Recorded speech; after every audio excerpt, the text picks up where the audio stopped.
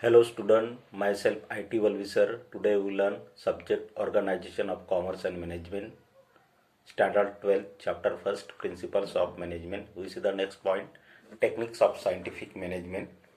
Some of the major techniques of scientific management are as follows. We see the first techniques of scientific management, work study.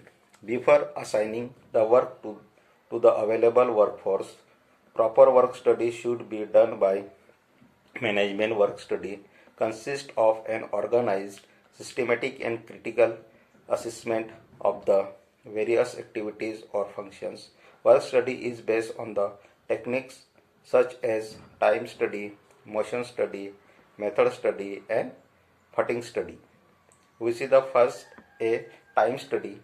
It is the technique of observing and recording the time taken by an employee to complete a given task with the help of time study. The precise time required for each elements of work is determined. It is the techniques used for fixing the standard time required to do a particular task. Under given conditions, it is useful to measure the efficiency of an employee and to control the cost of work. Next be method study. There are always various methods of completing the task for best quality and cost effectiveness. Identifying the best method of doing a particular job is very important but challenging task for a manager. It helps in reducing the wastage of time, raw material, and in improving the utility of all resources as per predefined objectives. It is helpful in determining the methods for handling the raw materials, transportation, inspection and storage, etc. Next, see motion study. The study of required motion means movement of an employee as well as of machine while completing a particular task is very important. It is useful in eliminating unnecessary motion and finding the best method of doing a particular job. It also helps in improving the efficiency of the employees. Motion techniques is used to know whether some elements of a job can be eliminated or their sequence can be changed for smooth flow of tasks. Next D, footing study. Generally, long working hours without sufficient break, target pressure, heavy working tools, and poor working conditions result into physical and mental stress, that is fatigue. It has an adverse effect on the health and efficiency of the employees.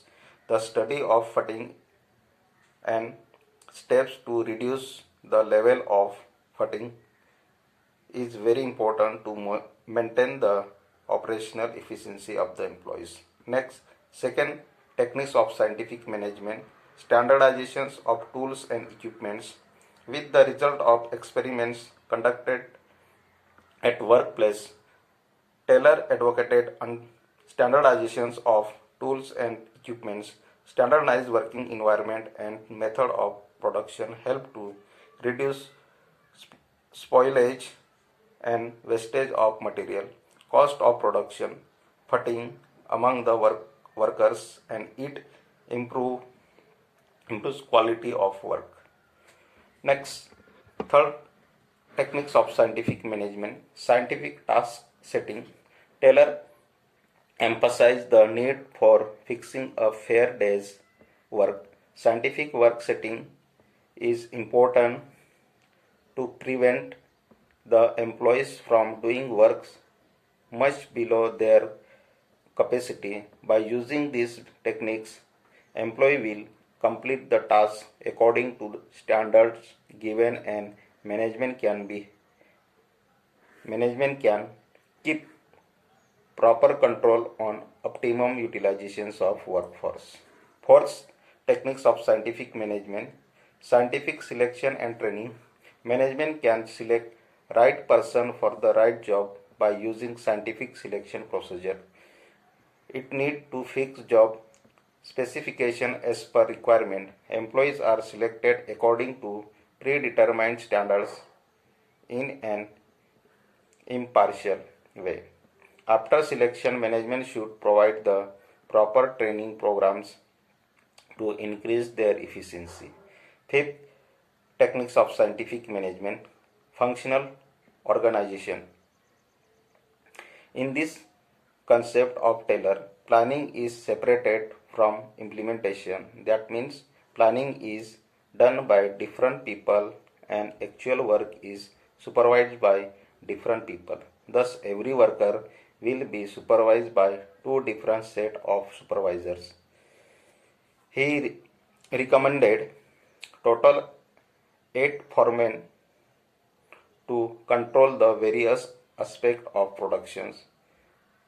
They are categorized are as follows. First, at planning level, first, root clerk tell how work moves from one machine to other. Second, instruction clerk record instruction to complete the work.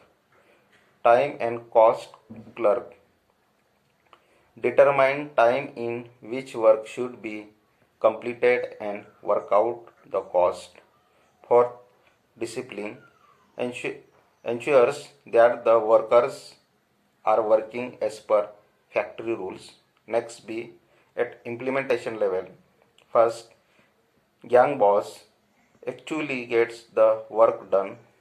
Second, speed boss ensure that the work is completed in specified time. Third, repair boss handles security and maintenance of mechanism. Fourth, inspector ensures that the work is done as per the specified standards. According to Taylor, with the help of proper divisions of all activity into planning and implementations, management can definitely achieve the required performance from the employees. Next, sixth, techniques of scientific management, differential piece rate wage plan. Remuneration should be fixed in such a way that average worker is motivated to attain a standard output. Taylor suggested the differential piece wage system. Higher rates are offered to employees who complete the work more than the standard quantity under this system.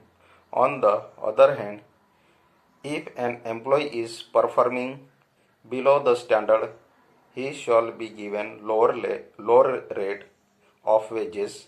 These techniques motivate the employees to attain higher standard performance and earn wages, that is remuneration at higher rate. Thank you very much.